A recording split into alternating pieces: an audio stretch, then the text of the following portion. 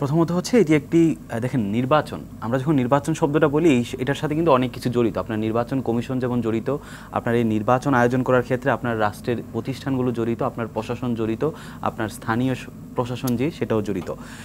তো এখন হচ্ছে আপনি যখন নির্বাচনটি দিবেন, এই নির্বাচন আয়োজন করার পুরো প্রক্রিয়া যারা থাকে, এই প্রক্রিয়াটা দেখা যাচ্ছে যে ফেসিবাদী আমলের তৈরি একটা প্রক্রিয়া, একটা ফেসিবাদী স্ট্রাকচার রয়েছে। তো এখন আপনি যদি গত 15 বছরের ফেসিবাদী স্ট্রাকচার রেখে হুবহু ওইটাকে রেখে যদি আবার একটা নতুন নির্বাচনে যান, তাহলে মানুষ আসলে শুধু এবারই ভোট দিতে পারবে। যেটা আমি এর আগেও আরটিভিতে বলেছি যে 2008 সালে কিন্তু মানুষ উৎসবমুখর পরিবেশেই ভোট দিয়েছে। তারপরে তিনটি নির্বাচন, আপনার 14, 18, তারপরে যে 24-এর যে ইলেকশন হলো, মানুষ কিন্তু ভোট দিতে পারেনি। এখন আপনি যদি ওই পূর্বের ওই ভোট দিতে না পারার ওই সিস্টেমকে হুবহু রেখে আপনি যদি 1 বছর একটা নির্বাচন আবার এখন দিয়ে দেন, তাহলে আপনার কি হবে, এইবারই মানুষ ভোট দিতে পারবে, পরবর্তীতে আর নির্বাচন হবে কিনা একটা আশঙ্কা থেকে যায়। যে কারণে আমরা চাই যে মানুষ বারবারই ভোট দিক, এবারও যেমন ভোট দিবে, প্রতি 5 বছর পর পর মানুষ যাতে সুষ্ঠু এবং নিরপেক্ষভাবে তার ভোটটা দিতে পারে। এখন নির্বাচন ইস্যুতে আমি এটাও প্রথমেই বলেছি যে এটা আসলে একদম ডিফাইন্ড, যে এই বছরের শেষে আর না হয় হচ্ছে আগামী বছর। তো নির্বাচন নিয়ে আর বিতর্কের সুযোগ নাই। এখন ঐক্য অনেকের জায়গাটা এই জায়গায় যে এই যে নির্বাচন যেটা করবে, এই নির্বাচনী যে কমিশন আছে, এই কমিশন কিভাবে একদম নিউট্রালি নিরপেক্ষভাবে কাজ করতে পারবে, এই জায়গাটাতে আসলে সকল রাজনৈতিক দল এবং স্টেক হোল্ডারকে এক জায়গায় আসতে হবে। দ্বিতীয়ত, এই নির্বাচনের সাথে যে প্রশাসন জড়িত, এই প্রশাসনের মধ্যে যে গত তিনটি ইলেকশন কারা কারা জড়িত ছিল, মানে দিনের ভোট রাতে নেওয়ার সাথে সাথে কারা কারা জড়িত ছিল, এদেরকে আইডেন্টিফাই করে এই জায়গাটা একটা আপনি কি বলবেন যে 15 বছর আগে যে নির্বাচনের প্রক্রিয়া যেগুলো ছিল স্বাধীনতার পর থেকে, সেই নির্বাচনের প্রক্রিয়াগুলো সঠিক ছিল, শুধু 15 বছরই ব্যতিক্রমগুলো ঘটেছে, বিষয়টা কি তাই দাঁড়ায়? না, দেখেন স্বাধীনতার পর থেকে তো হচ্ছে আপনার একদম মিলিটারি আমরা গভর্নমেন্টের মধ্যে দিয়ে গিয়েছি। তারপরে 90 থেকে বাংলাদেশের ইলেকটোরাল প্রসেসে মূলত 1991-এ আমরা ঢুকি। তো 1991-এর পর থেকে 1996, তারপরে 2001, তারপরে 2008, বাংলাদেশে মোটামুটি আসলে নির্বাচনের মানদণ্ডে এই 4টি নির্বাচনকে মানে তুলনামূলক ভালো বলা হয় আর কি। তো যে কারণে আমরা বলছি যে একদম মানে এই নির্বাচনের সাথে যে বেসিক স্ট্রাকচার, আপনার নির্বাচন কমিশন যাতে স্বাধীনভাবে কাজ করতে পারে, এই নির্বাচন কমিশন আপনার শক্তিমত্তা বৃদ্ধি করতে হবে। দ্বিতীয়ত হচ্ছে আপনার পুলিশ প্রশাসন যারা এই নির্বাচনের সাথে জড়িত থাকবে, সেই জায়গাটায় কিভাবে স্বচ্ছতা নিয়ে আসা যায় সেটি করতে হবে। দ্বিতীয়ত হচ্ছে আমরা বলছি যে এই যে বিএনপি তার যে 31 দফা, এই 31 দফার আসলে অনেক দফাই কিন্তু আসলে এই যে সংবিধান সংস্কার কমিশন থেকে শুরু করে যে কমিশনগুলো গঠিত হয়েছে, তাদের কিন্তু প্রস্তাবেও তাদের আছে। তাহলে বিএনপি ক্ষমতায় গিয়ে এই সংস্কারগুলো বাস্তবায়নের চেয়ে এই সরকার যদি কিছু বাস্তবায়ন করে, একটা ফ্রি ফেয়ার ইলেকশন করে দিতে পারে, সেটা আসলে আমাদের জন্য, সবার জন্য, এটা রাষ্ট্রের জন্য মঙ্গলজনক। যেমন তাছাড়াও বিএনপির যে 31 দফা, সেখানেও কিন্তু কিছু সমালোচনার জায়গা থাকে। যেমন আমি আর এই ভিতরে একটা প্রশ্ন করি, আপনি বলছেন যে এই সমস্যাগুলো তো দীর্ঘদিনের দাবি, মানুষের কাঙ্ক্ষিত একটি সুন্দর সমাজ এবং গণতান্ত্রিক ব্যবস্থার জন্য নিঃসন্দেহ আছে, কিন্তু গত 5 কিংবা 6 মাসে অর্থনীতির অবস্থা যেখানে গিয়ে দাঁড়িয়েছে, কিংবা আইন শৃঙ্খলা অবস্থা যেখানে গিয়ে দাঁড়িয়েছে, অর্থাৎ যেটি আবুল রাজ্যকে বলবার চেষ্টা করলেন যে প্রশাসনে তেমনভাবে সহযোগিতা করছে না, যার ফলে জনগণের ভিতরে একটি মিশ্র প্রতিক্রিয়ার সৃষ্টি হচ্ছে। রাজনৈতিক দলগুলো কিন্তু উদ্বেগ প্রকাশ করছে। যেমন গণ অধিকার পরিষদের সভাপতি নুরুল হক নুরু বলেছেন, আইন শৃঙ্খলার উন্নতি ও দ্রব্য নিয়ন্ত্রণের জন্য সরকারকে আরও আন্তরিক হতে হবে, এবং সরকারই বলবার চেষ্টা করছেন। তবে এই বিষয়গুলিকে আরও অবনতি হওয়ার সম্ভাবনা আছে কিনা, জনজীবন আরও বিপন্ন হওয়ার সম্ভাবনা আছে কিনা, তাহলে কীভাবে সেগুলোকে সামাল দেওয়া যাবে?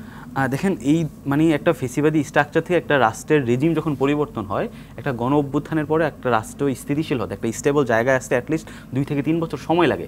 আপনি যদি আগামীকাল নির্বাচন দিয়ে একটা ইলেক্টেড গভর্নমেন্টের হাতে তুলে দিয়ে যান, তাদেরও স্টেবল হতে 3 বছর রোল প্লে করতে পারছে না কেন?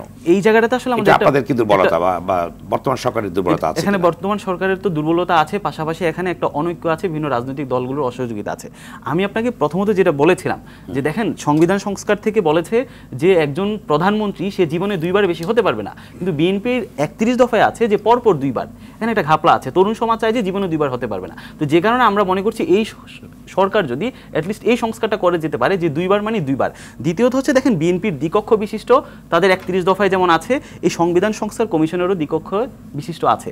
এখন সমস্যাটা হচ্ছে বিএনপির যে দ্বিকক্ষ উচ্চকক্ষ হবে, সেই উচ্চকক্ষতে কারা আসবে সেটা আসলে সিলেকশনের ভিত্তিতে, তারা ডিফারেন্ট রিপ্রেজেন্টেটিভকে তারা বেছে নিয়ে আসবেন দ্বিকক্ষে। কিন্তু আমরা এই তরুণ সমাজ যেটা চায় যে দ্বিকক্ষ যারা থাকবে সেটা আসলে হয় প্রপোর্শনাল রিপ্রেজেন্টেটিভে আসতে হবে, এবং তাদের কাছে আইন প্রণয়নের যে ক্ষমতা সেটাও থাকতে হবে।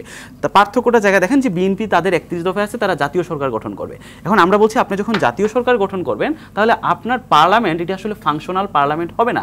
কেন হবে না? আপনার বিরোধী দল তাহলে কি হবে? তো যে কারণে আমরা বলছি যে এই সরকার তার ন্যূনতম একদম বেসিক যে স্ট্রাকচারগুলো রয়েছে সেই স্ট্রাকচারে যাতে একদম কিছু বেসিক কিছু পরিবর্তন এনে দিয়ে যেতে পারে, সেজন্য আসলে রাজনৈতিক সবগুলো দলকে যেমন একমত হতে হবে এবং এই সরকারকেও আর একটু বলিষ্ঠ ভূমিকা পালন করতে হবে। এখন এই যে বারবার ঐক্য অনৈক্যের যে গত আপনি 5 মাসের যদি হিস্ট্রি নিয়ে টান দেন, যে ছাত্ররা চেয়েছিল যে রাষ্ট্রপতি এই রাষ্ট্রপতি থাকবে না, তো এখন আপনি ঐক্য বলতে বিএনপি বলার চেষ্টা করছে যে এই রাষ্ট্রপতিকে যদি সরাই তাহলে হচ্ছে এখানে অনৈক্য তৈরি হবে, বিভেদ তৈরি হবে। এখন ছাত্ররা যখন বলে যে এই ফেসিবাদী স্ট্রাকচারে রাষ্ট্রপতি থাকবে না, এখন রাজনৈতিক দলগুলো যদি বলতো যে হ্যাঁ এই রাষ্ট্রপতি তিনি ফেসিবাদী স্ট্রাকচারে এসেছেন, এই রাষ্ট্রপতি থাকার দরকার নাই, তাহলে তারাও যদি ছাত্রদের সাথে একতাবদ্ধ হতো, ওইটাই কিন্তু ঐক্য এবং যেটা জনগণ চায়। দ্বিতীয়ত হচ্ছে দেখেন ছাত্ররা চেয়েছে যে নতুন একটা সংবিধান প্রণয়ন হবে। এখন বিএনপি বলছে যে না, হু আর ইউ, আপনি নতুন সংবিধান করার কি, আপনার তো ম্যান্ডেট নাই, নির্বাচনী যে সরকার আসবে তারা সংশোধন করবে। এখন এই রাজনৈতিক দলগুলো যদি দেশের স্বার্থে বলতো হ্যাঁ আমরাও নতুন সংবিধান চাই, ওইটাই হচ্ছে ঐক্য। ছাত্র একটা ঘোষণাপত্র চেয়েছে, বিশ্বের যেখানেই গণ অভ্যুত্থান হয় সেখানে ওই গণ অভ্যুত্থানে একটা ঐতিহাসিক বা দালিলিক ভিত্তি থাকে। সেখানে আপনি ফ্রেঞ্চ রেভলিউশন বলেন, আমেরিকান রিভলিউশন বলেন, আপনি ইয়াতে বলেন, তিউনিসিয়াতে বলেন, সব জায়গায় কিন্তু একটা ঘোষণাপত্র থাকে। এখন আমরা যখন 31শে ডিসেম্বর ঘোষণাপত্র দিতে গিয়েছি তখন কিন্তু আসলে বলা হয়েছিল যে এটা সকল রাজনৈতিক দলগুলোকে নিয়ে হবে, কিন্তু আমরা দেখছি যে এখন রাজনৈতিক দলগুলো নানা অসহযোগিতার কারণে এই ঘোষণাপত্র কিন্তু এখন একটা লেন্দি প্রসেসে গিয়েছে। এখন ঐক্যটা হচ্ছে আপনাকে দেখতে হবে যে নিজের দলের দিকে না থেকে আসলে রাষ্ট্র কাঠামোর জন্য কোনটা গুরুত্বপূর্ণ সেটা হচ্ছে। দেখেন আমি এখানে জাতীয় নাগরিক কমিটি থেকে এসেছি, আমার কিছুটা জাতীয় নাগরিক কমিটির পক্ষ থেকে বা ছাত্রদের পক্ষে আমার কিছুটা বায়াসনেস থাকবে। এখানে হচ্ছে আমাদের রফিক ভাই তিনি বিএনপি থেকে এসেছেন, তার বিএনপির প্রতি কিছুটা বায়াসনেস থাকবে। এখানে হচ্ছে ধরেন রাজ্জাকি ভাই একজন নিরপেক্ষ জায়গা থেকে এসেছেন। এখন আমি জাতীয় নাগরিক কমিটি থেকে আসলেও আমার ওই বায়াসনেসটা থাকলেও অ্যাটলিস্ট কোনটা সত্য, সত্যকে সত্য বলা এবং কালোকে কালো বলা, এই গার্ডস যাতে আমাদের থাকে। তরুণ প্রজন্ম আসলে এটাই চায় যে আমার দলীয় স্বার্থের পাশাপাশি কোনটা বৃহত্তর সাথে উপযোগী সেটা আমরা চাই। তো যে কারণে আমরা আসলে বলছি যে এই যে রাজনৈতিক ঐক্য অনৈক্য এটা আসলে নির্বাচন কেন্দ্রিক আর এখন নেই।